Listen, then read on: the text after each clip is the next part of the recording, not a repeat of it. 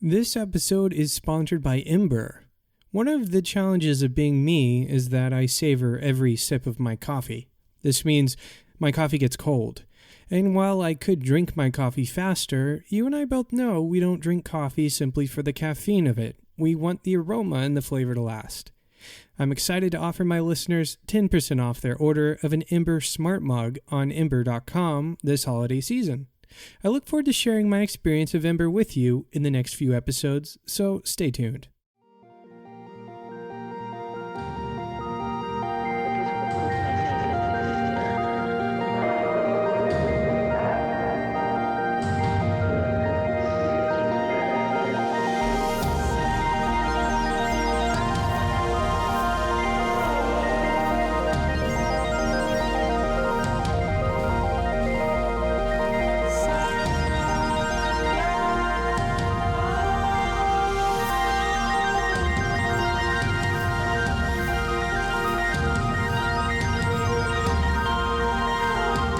You're listening to the Coffee Podcast.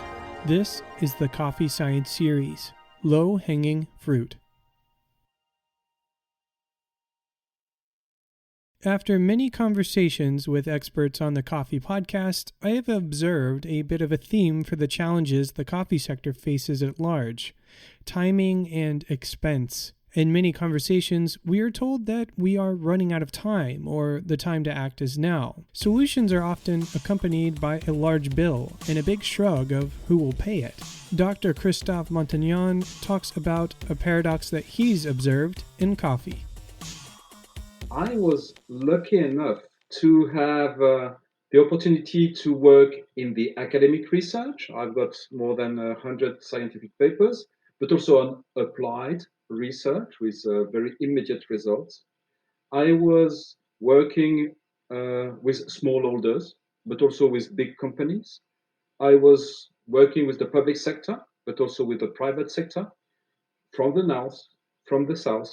So if you put all this together, that's what I call my big cocktail.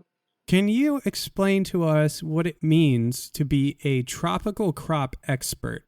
To me, it means that you need to be ready to be surprised. You need to be very humble with the environment and the constraints of the smallholders in the tropic.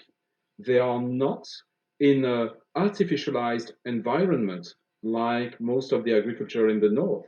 So there's no such things as standards practices for smallholders in the tropics. They are really directly facing the environment, and there's not a lot of buffer. So that means that you really need to understand why sometimes they don't exactly do what you expect them to do. What are the difference between, I know you mentioned this a little earlier, basic and applied science in the ag R&D setting? This is short term versus long term to me, number one. And number two, it Okay, is yeah. about the agenda, meaning that academic research, most of the time, what you are looking at is your next scientific publication. Whereas the applied science, where what you are looking at is your next immediate impact for the living of the farmers. Academic science is paving the way for applied science. So it's not one against the other, but maybe one before the other. You mentioned before that there are, this was off the mic, not on this episode. You mentioned that there are different approaches to the problems we see for coffee, short term and long term. There's this perspective or this angle of the profitability model, and then a production focused approach. What are the key differences between those two, in your opinion? And then which would you consider yourself an advocate of? When you talk about productivity and yield, there is an implicit statement that more yield means more profit. It's not always the truth. And you were asking me what is it to be a tropical crop expert, is also to understand that more yield for farmers might sometimes mean less profit. Just because when you want to have more yield, you have to put more input, more fertilizers, which is great, but you need to be sure that your extra input is covered by your extra yield. It's not always the case in tropical crops for smallholders. So that's why you'd better focus on profitability and look at extra yield if and only if it makes sense in terms of profitability. It sounds like this is going to require some measuring, some data collection of some kind, or knowledge on the producer's side. What does it look like to be able to measure those kinds of decisions on the ground?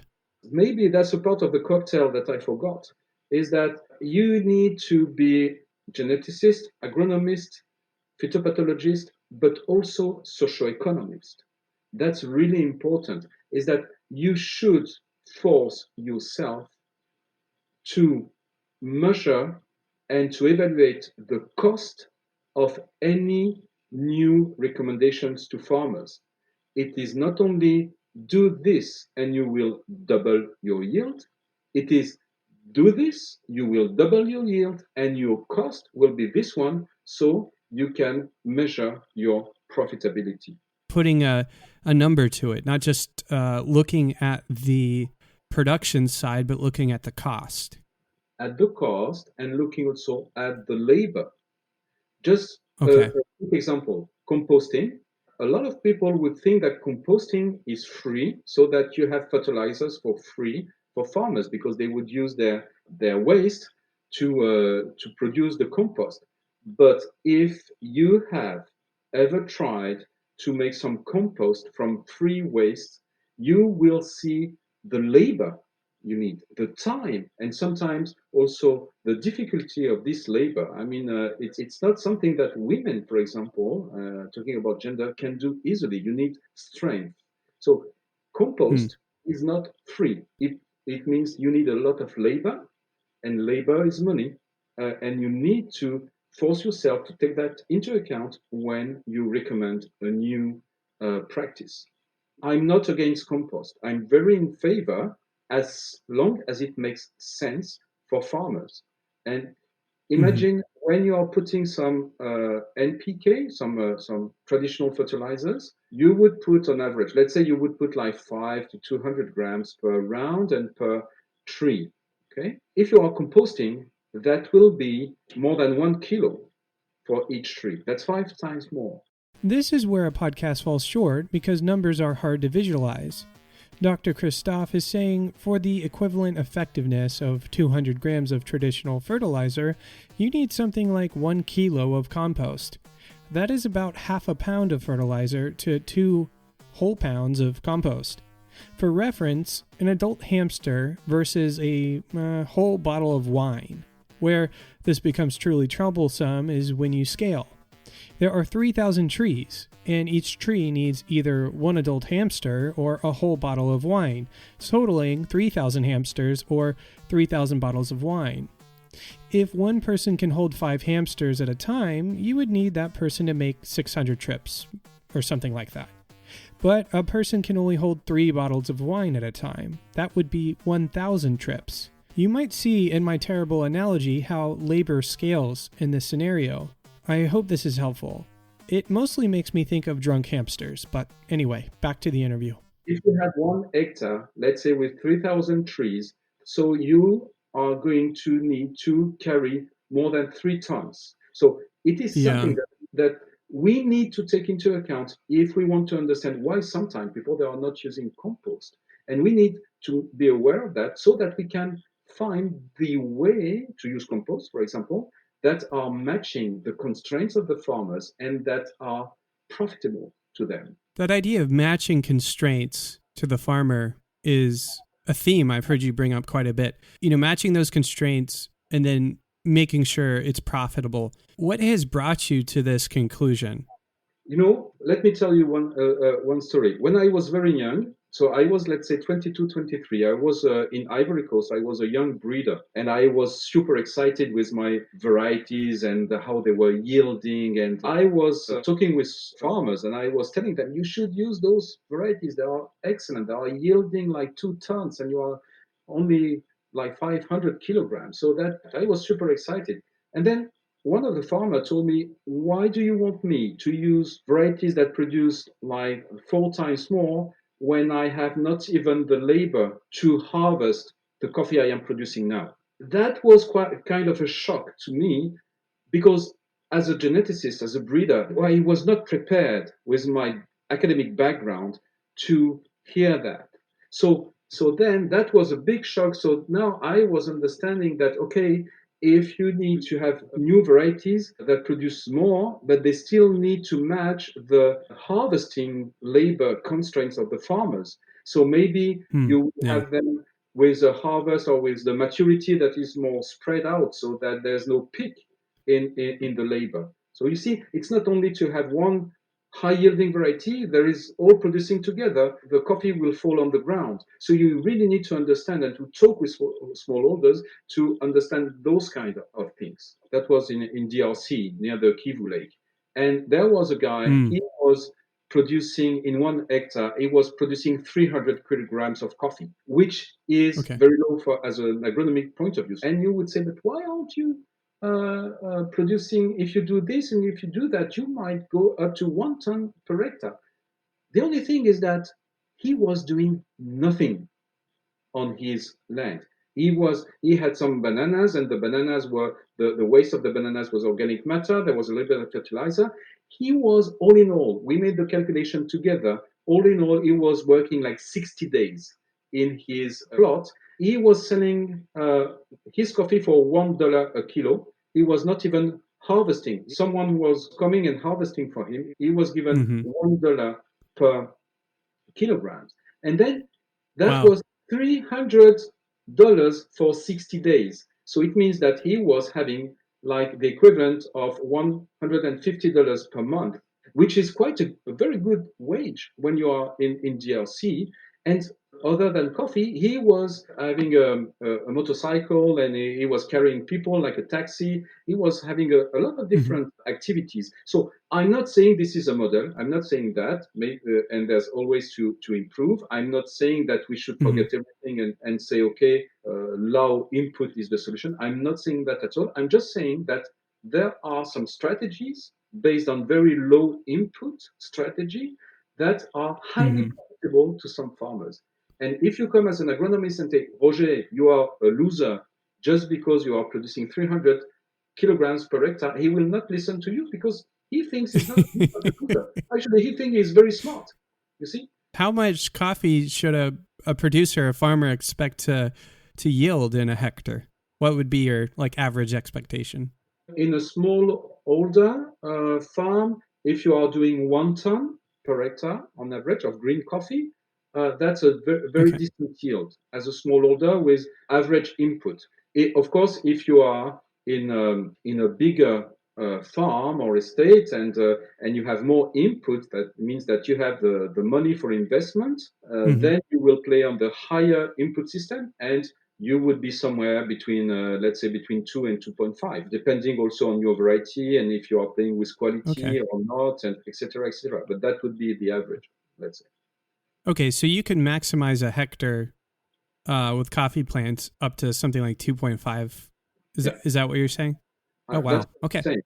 But for that, you need to invest, you need cash flow, and Mm-hmm. because you are investing a lot, you also need to have some risk management measures. It means that if Okay. 1 year it's not 2.5 but 1 ton because of drought, because of rust, because of very low prices, also you might lose money. Mm-hmm. Then you need to be ready to be strong enough to go through that.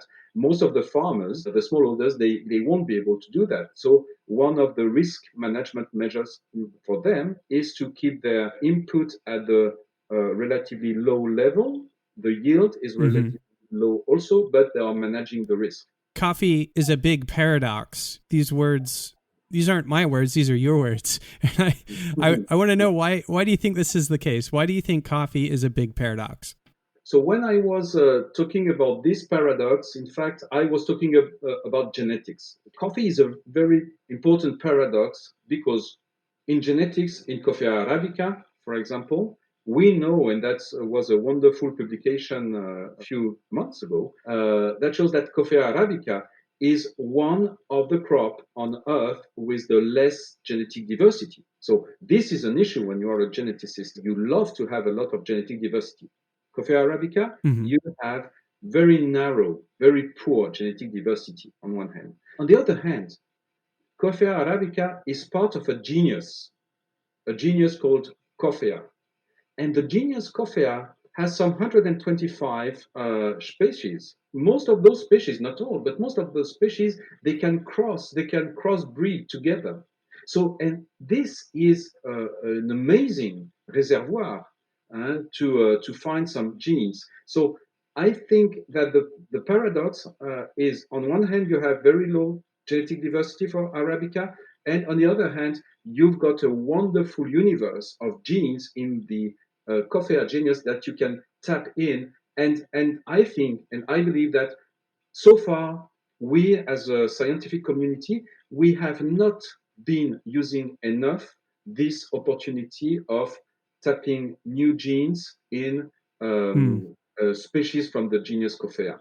So I'm referring I to see. Coffea canifera, of course, robusta, but also liberica, but also congensis, but also heterocalix, pseudozanguebariae. I mean, there are, okay, 125. I won't list them, obviously, but there's a lot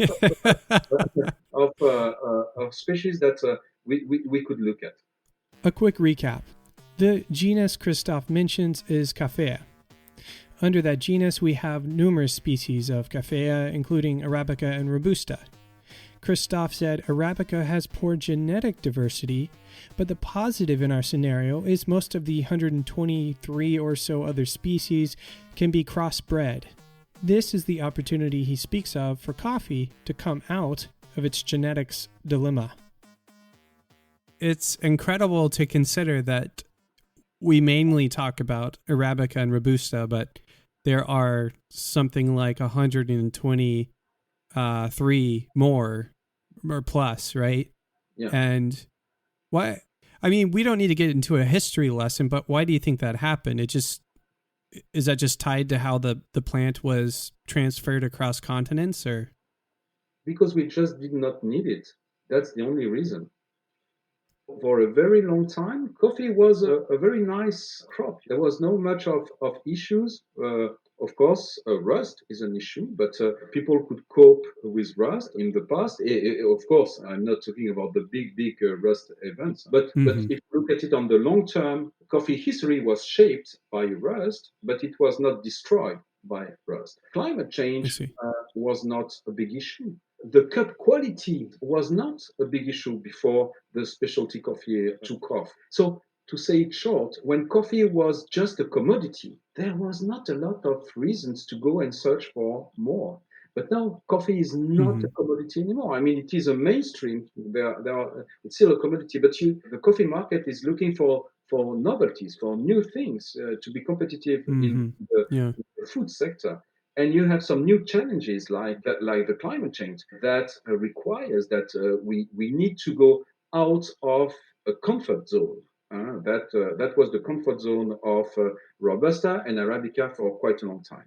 It sounds to me in conversations about things like going out of our comfort zone, making a change.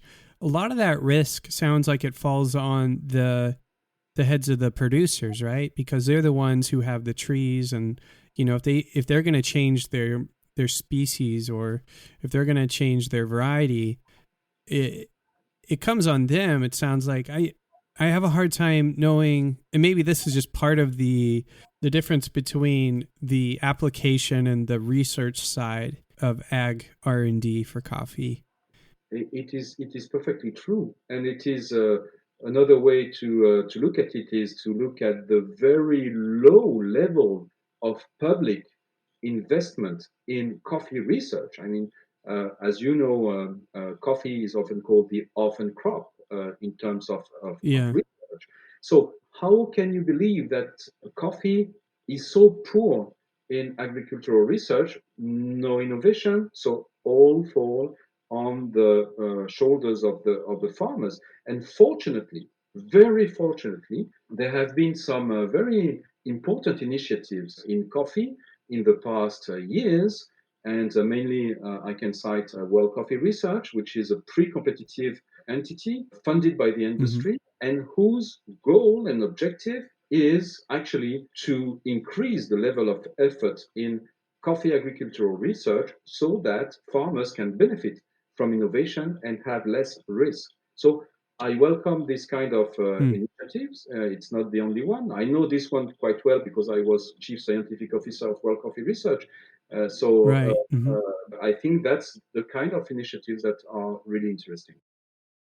A key point here was pointed out to me by my colleague Greg Minahan that highlights some of what Christophe is saying. Many coffee growing regions do not have the public support for research for coffee. In some cases, this means no research at all. The result is the coffee in this region is treated like what you call an orphan crop. This is a crop that has significance to the region but receives no support for things like infrastructure and research. With no access to research, coffee farmers could be building their future on coffee without knowing their plants will not survive the oncoming climate shift or a serious rust breakout or other disease. Now, you love to talk about this idea of low-hanging fruits in ag R&D for coffee. What are some of those low-hanging fruits? Coffee agricultural research, we have just said that is very low, very poor. But on top of that, when it is done in silos. The varieties that are selected in Colombia are not used or very poorly used in Central America. The coffee varieties selected in Kenya are not being used in, just say, Uganda, just next door. Hmm. So there are a lot of silos. So when you break those silos, you have what I call those low hanging fruits that you can have genetic progress for farmers just by opening the borders and comparing introduced varieties to local varieties. And you would be surprised that some introduced varieties will be much more performing than local one. And, and in just doing that, it's not rocket science. Just doing that, then you have farmers benefiting from very quick, low hanging fruits, genetic progress.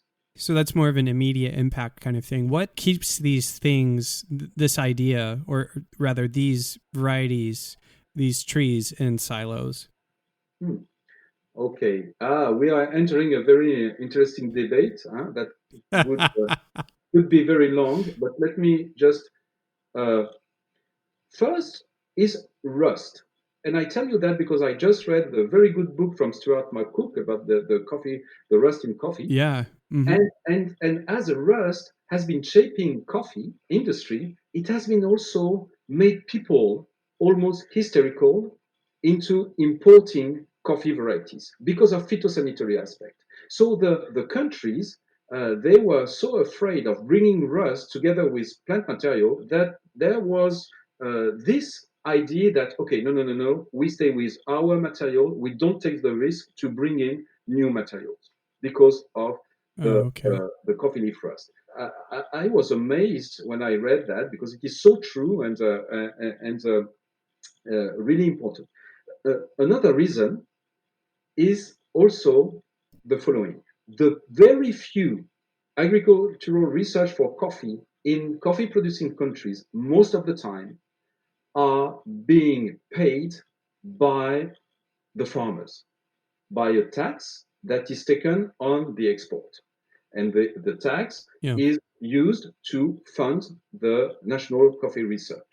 What can happen, and there's no offense for all the coffee research centers in the world, which I respect a lot, but what can happen is that it requires some political, or you say, courage Okay. to compare your own varieties to introduced varieties. If the introduced varieties are better than yours, then you might fear that the farmers will say, "What? You've been using our money?" And the other countries, they have selected varieties that are better than ours. It's also something that is not a detail.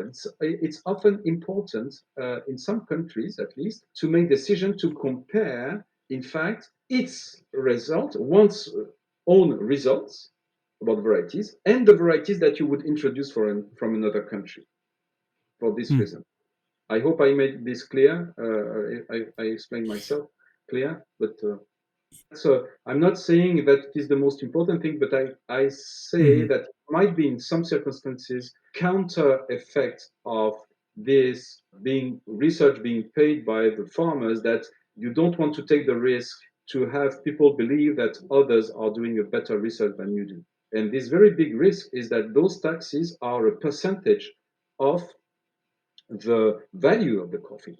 So when you have crises with very low prices, of course, the farmers are paying the price, are taking the risk, but Hmm. also our friends from the Coffee Research Institute, they pay a very hard tribute to the periods of low prices, because if the prices is cut in two, then their budget Oh, yeah. The is cut research is in two. cut in half. Yeah. Yeah. So, Oh, so wow. Yeah. it's not a good, it's not very comfortable for coffee research and institutes.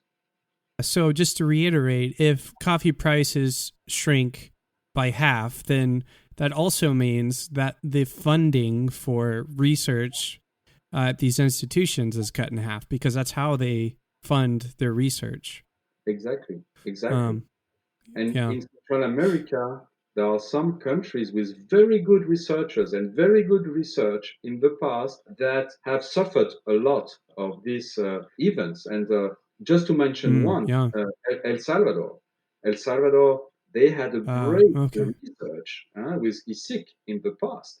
And the low prices and the low production, of course, because it's not only the prices. Even when the production is going down, it's another Mm. effect. They have less budget. Funding, where does the money for ag R&D come from? It's an important question. Um, so we talked a little bit about low hanging fruit, and it's assumed that this low hanging fruit is most associated with immediate impact items, right? That's how you refer to low hanging. It's more of an immediate impact versus a far reaching or long term.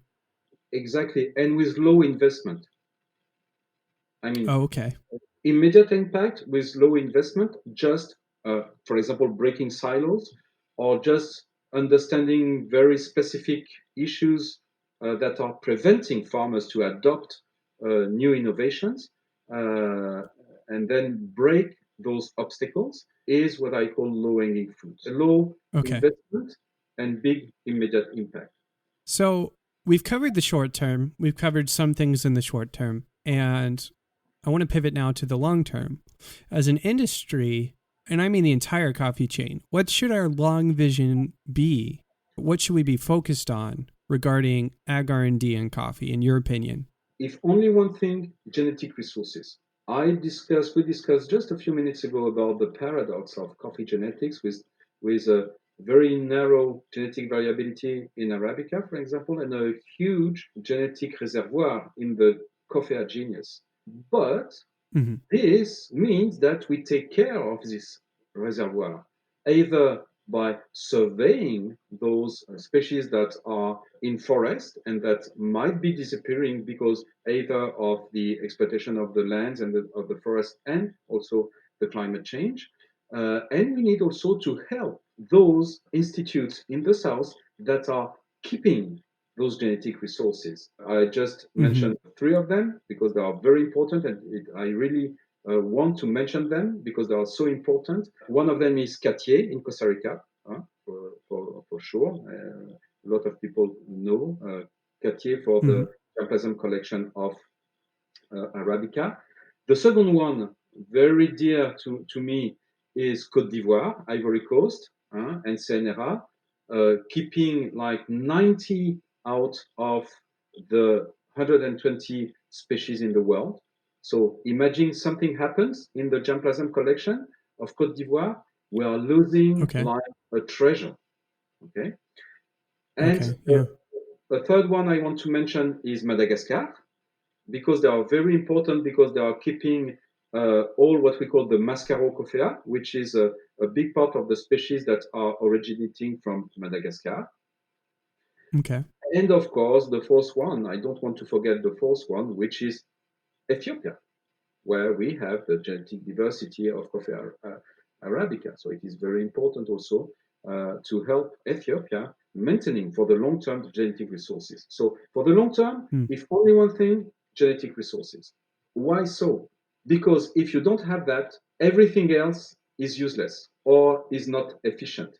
Because all what you are going to do, like genomics, like host pathogen interaction, I mean rust against coffee, what are the mechanisms of interaction between the two? If you have no access to the genetic resources to, number one, study, and number two, solve those issues, then you are very inefficient. So first thing Hmm. first, Okay. genetic resources. If somebody said to you, "Well, of course you'd say that, Christophe. You know, your background is in genetics." I was telling you that socioeconomics is important, and it is Yeah. really important for the long term. And I want just to give you an example.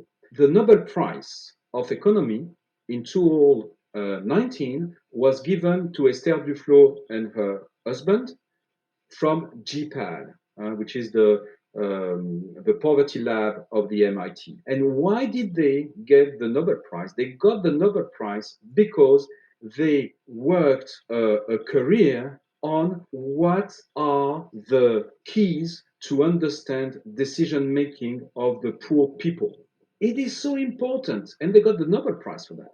So it is so important to understand how poor people are making decisions, and coffee people, they are often poor. And if you want to be useful on the long term, if you want to have a research agenda that is addressing and it is useful for the coffee farmers, you need to really understand how they are making decisions. Why are they going to adopt a new innovation, or why are they going not to adopt this adoption, which means that you have lost money in research? I am a big and a strong believer that we should, in the coffee community, get more and more of such brains as those people from Japan looking at coffee.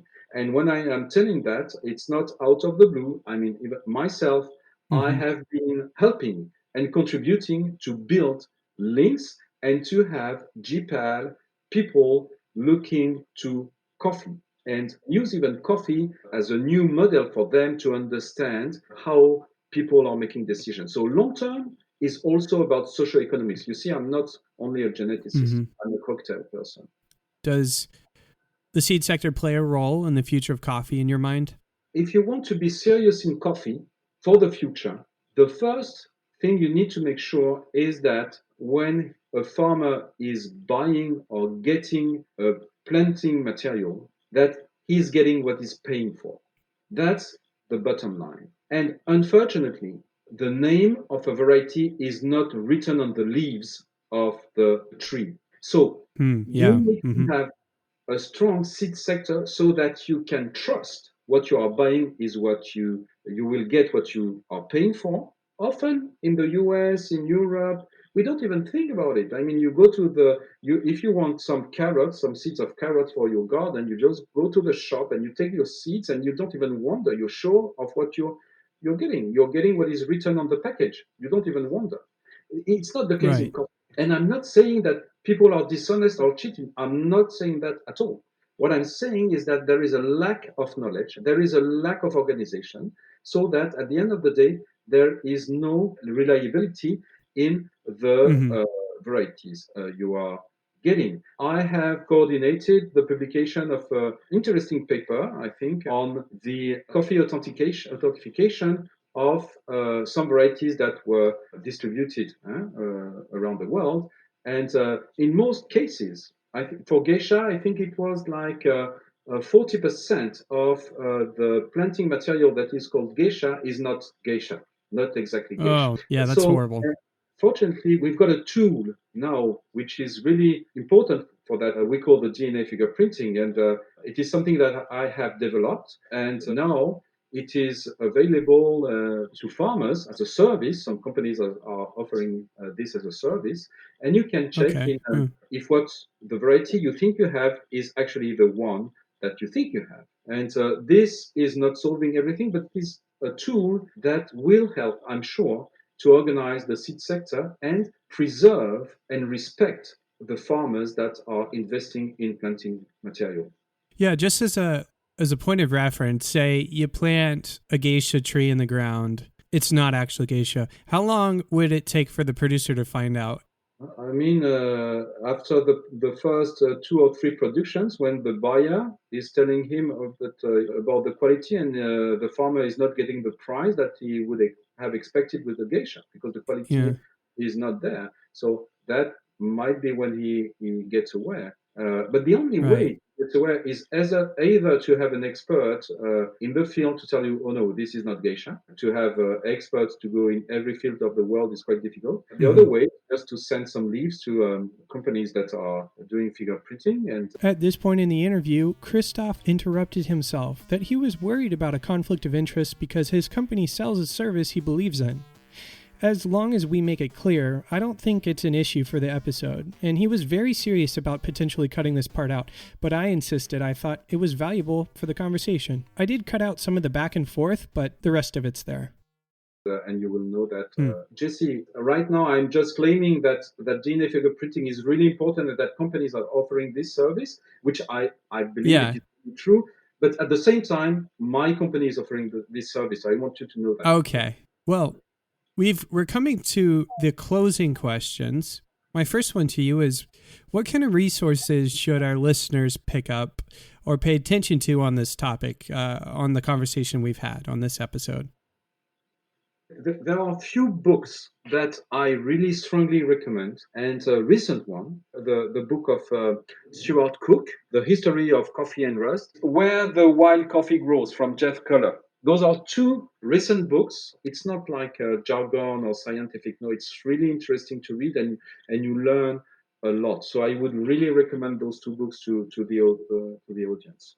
What are you working on right now? And how can our listeners either be a part of that or pay attention to what kind of work you're doing? I've been working in the public sector, in the French public sector, for a very long time. When we were working on the public research, we were always complaining as researchers that we didn't get enough money from the private sector. We were Okay. Yeah. complaining about that. Wow, how what we could do if we had money from the private sector, we could change the world, you know. Yeah. And one day, you are in a position where you are receiving money from the private sector as a researcher. And that's a new world for you because now you can't hide and you need to deliver because Yeah. people, they are trusting you, they are believing in you. That's a huge responsibility. So Hmm. what I can say is that when you see the coffee world and all the coffee lovers drinking their coffee, all the coffee industry passionate, all the coffee farmers, I think they are in all their passion, they are the one pushing us researchers to deliver Hmm. because we know all the coffee industry deserve that and we know that the coffee industry trusts us. So we need to deliver. As far as following you as well, RD2 Vision has a website that people can check out. Yes, we have a website that people can look at. Okay, out of the record, it's not really updated, but Yeah. people can still go for that. No, that's But fair. What is the main takeaway you want our listeners to have from our conversation on the show? I hope that I have not or given the impression that coffee research is too difficult, too complex, and that we would be paralyzed by this complexity. I would love Hmm. the Yeah. listeners to understand that it is important to understand the constraints and the complexity to avoid being paralyzed. So, facing Oh, okay. Yeah. complexity is something that will help us. We should be very optimistic in realizing when it is difficult, because that's the only way that we will achieve short term and long term results.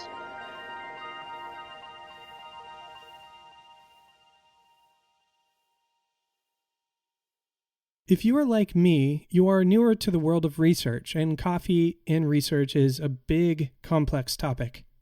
I would encourage you to listen to this conversation again, maybe, or even take notes. I found the conversation with Dr. Montagnon opened a lot of doors in my mind, and those doors need to be investigated further, and thoughts of my own need to be more fully developed. Catch us next time for a conversation on coffee and fermentation with a fellow coffee podcaster.